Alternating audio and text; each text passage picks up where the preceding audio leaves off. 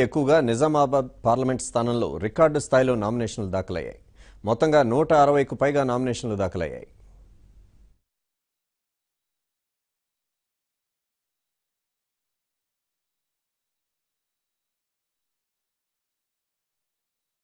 ఇద్దరిని నామినేషన్ వేపిస్తున్నాము. మరి ఈ నామినేషన్ కూడా ఎందుకు వేస్తున్నామనంటే మేము దాదాపు సంవత్సర కాలం నుండి రోడ్లపైన ఎన్నో ధర్నాలు చేశాము. ఎన్నో మా బాధల్ని చెప్పుకుంటే అసలు కనీసం మమ్మల్ని మాట్లాడించిన వారు లేరు. కనీసం మరి మీ బాధ ఏంది అనేది ఈ ప్రభుత్వము, రాష్ట్ర ప్రభుత్వమైనా కేంద్ర ప్రభుత్వమైనా ఎవరు కూడా వచ్చి మమ్మల్ని అడిగిన వాళ్ళు లేరు. కాబట్టి మరి మా బాధ వీళ్ళకి అర్థం కావాలంటే ఈ నామినేషన్లు అధిక మొత్తంలో నామినేషన్లు వేస్తేనే మన యొక్క బాధ ఏందనేది వాళ్ళకు అర్థమవుతుందని ఈ నిర్ణయం తీసుకోవడం జరిగింది. మరి కనీసం ఇప్పటి నుండన్నా మరి మా బాధని అర్థం చేసుకొని మరి మా రైతులకు ఏదన్నా పసుపుకు మద్దతు ధర కానీ అలాగే ఎర్రజొన్నలకు మద్దతు ధర కానీ రావాలనే ఉద్దేశంతోనే మేము ఇన్ని రోజులు కొట్టాడడం జరుగుతుంది. మరి ఈ పసుపు పంటని ఎర్రజొన్న పంటకు మద్దతు ధరలను ఇస్తారని ఆశిస్తూ ఈ నామినేషన్ వేయడం జరిగింది. ప్రభుత్వ నియంతృత్వ పోకడలు ఇక్కడనే కనిపిస్తూ ఉన్నాయి. ఎలాగైతే రైతులని నామినేషన్ వేయకుండా చేసి ఎలక్షన్స్ యథావిధిగా నడిపించుకోవాలని ఈ అధికార ప్రభుత్వం చేస్తున్నటువంటి ఈ కుట్ర.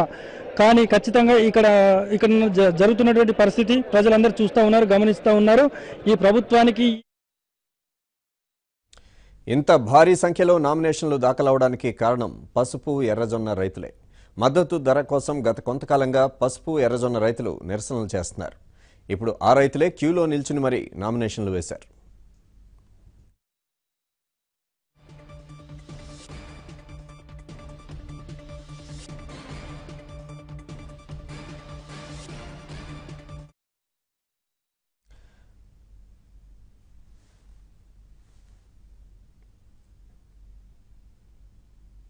మద్దతు ధర కోసం ఎప్పటి నుంచో నిరసనలు చేస్తున్నా ఎవరూ తమ డిమాండ్లు పట్టించుకోవడం లేదని రైతులు చెబుతున్నారు.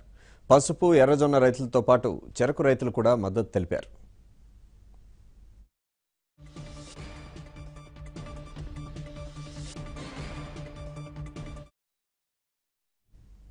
నిబంధనల ప్రకారం ఒక లోక్సభ నియోజకవర్గంలో 96 నామినేషన్ల కంటే ఎక్కువగా దాఖలైతే బ్యాలెట్ పద్ధతిలోనే ఎన్నికలు జరపాల్సి ఉంటుంది.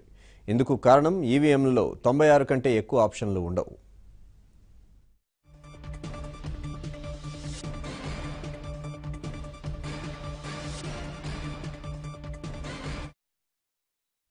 అయితే ఇప్పుడు నిజామాబాద్లో రికార్డు స్థాయిలో నామినేషన్లు దాఖలవడంతో బ్యాలెట్ పద్ధతిలో ఎన్నికలు జరిపే అవకాశం కనిపిస్తోంది.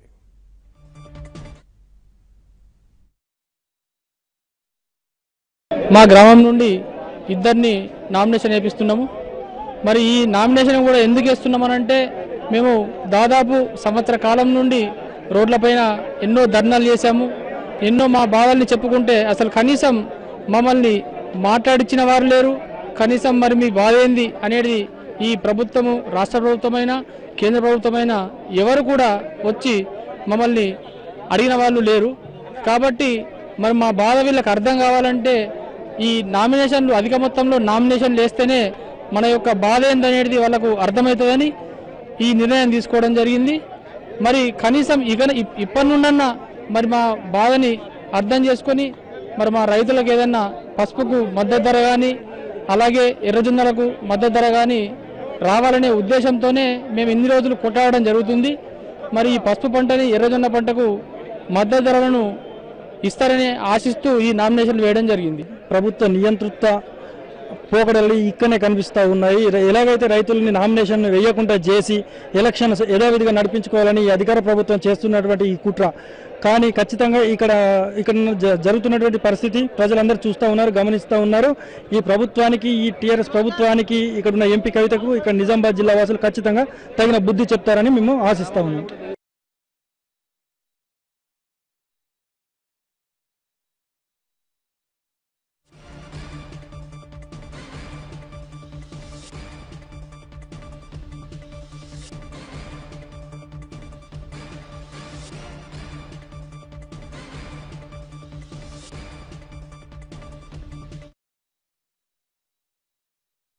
ఇదే అంశానికి సంబంధించిన మరింత సమాచారాన్ని మా ప్రతినిధి శ్రీపతి అందిస్తారు. శ్రీపతి, ఇప్పటివరకు అధికారికంగా ఎన్ని నామినేషన్లు దాఖలయ్యాయి? వెంకట్ ఇంకా పూర్తి కావాల్సింది. అంటే నామినేషన్ల ప్రక్రియ ఇంకా కూడా కొనసాగుతుంది. మధ్యాహ్నం 3 గంటలకల్లా ఆ టైం ముగిసినప్పటికీ లోపలికి వెళ్లిన రైతులను మాత్రం అధికారులు అక్కడే కూర్చోబెట్టారు, టెంట్లు వేసి కూర్చోబెట్టారు. అంటే పూర్తిగా ఇంకా ఎన్ని నామినేషన్లు దాఖలయ్యనే విషయం మరికొద్ది సమయం పట్టే అవకాశం ఉంది. ఇప్పటి వరకు మాత్రం అంటే మనకు అందిన సమాచారం ప్రకారం మాత్రం మొదటి రోజు అంటే శుక్రవారం వరకు మాత్రం 64 నామినేషన్లు దాఖలైతే ఈరోజు ఒక్కరోజే 135 నామినేషన్లు ఇప్పటి వరకు దాఖలయ్యాయి. అంటే సుమారుగా 200 నామినేషన్లు దాఖలైనట్లుగా చెప్పుకోవచ్చు. మరొక 25 నుంచి 30 మంది రైతులు ఇంకా నామినేషన్లు వేయాల్సి ఉంది. అంటే వారు టోకెన్లు తీసుకుని ప్రస్తుతం అక్కడ క్యూ లైన్ లో ఎదురు చూస్తున్నారు. అంటే వీరందరూ లోపలికి వెళ్లి నామినేషన్లు వేసిన తర్వాత అధికారికంగా ప్రకటించే అవకాశం ఉంది. మొత్తంగా ఎన్ని నామినేషన్లు దాఖలయ్యాయి, ఆ వ్యక్తులకు సంబంధించి టోటల్ ఎన్ని సెట్లు దాఖలయ్యాయి అనే విషయం కూడా బయటకు రావడానికి మరికొద్ది సమయం పట్టే అవకాశం ఉంది. అయితే ప్రధాన పార్టీల అభ్యర్థులు టీఆర్ఎస్ నుంచి కల్వకుంట్ల కవిత, అలాగే కాంగ్రెస్ అభ్యర్థి మాజీ ఎస్పీ గౌడ్, బీజేపీ తరఫున ధర్మపురి అరవింద్ ప్రధాన పార్టీ అభ్యర్థులుగా నామినేషన్ దాఖలు చేశారు. వీరితో పాటు మరికొందరు 8 మంది స్వతంత్రులు కూడా నామినేషన్ దాఖలు చేశారు.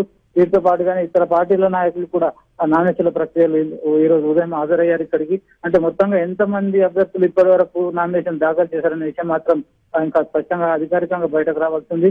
మొత్తానికి చూసుకుంటే మాత్రం 225 నుంచి 230 నామినేషన్లు దాఖలయ్యే అవకాశం ఉన్నట్టుగా మనకు స్పష్టంగా కనిపిస్తుంది. అయితే ఇవన్నీ ప్రక్రియ పూర్తయి అధికారికంగా వెలువడ్డ తర్వాత స్క్రూటినీ అలాగే విత్డ్రాయల్స్ సంబంధించిన కూడా పరిశీలించాల్సి ఉంటుంది. ఒకవేళ ఈ నామినేషన్లు దాఖలైన వాటిలో స్క్రూటినీలో కూడా కొన్ని పోయే పరిస్థితి ఉన్నట్టుగా చెప్తున్నారు.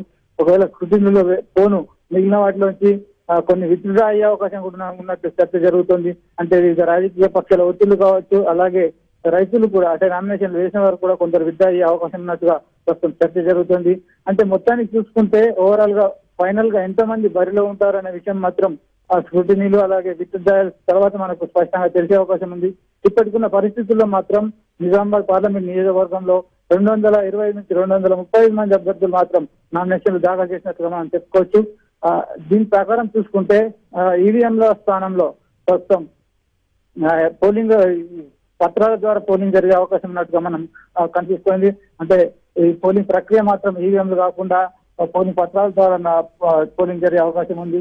దీంతో ఇప్పటి వరకు ఉన్న సమాచారం ప్రకారం వివిధ రాజకీయ పక్షాలు కూడా దీంతో వివరాలు సేకరిస్తున్నాయి. అంటే ఆ ప్రధాన పార్టీల అభ్యర్థులు కూడా టెన్షన్ లో ఉన్నట్టుగా మనకు కనిపిస్తోంది. అంటే ఒకవేళ ఈవీఎంలు కాకుండా వేరే మార్గంలో పోలింగ్ జరిగితే ఫలితాలపై కూడా దీని ప్రభావం ఉండే అవకాశం ఉంది. దీంతో ప్రస్తుతం నిజామాబాద్ మాత్రం దీనికి సంబంధించిన చర్చ సాగుతుంది. ఇంకా ఫైనల్ రిపోర్ట్ మాత్రం రావాల్సింది. Right, thank you Sripati.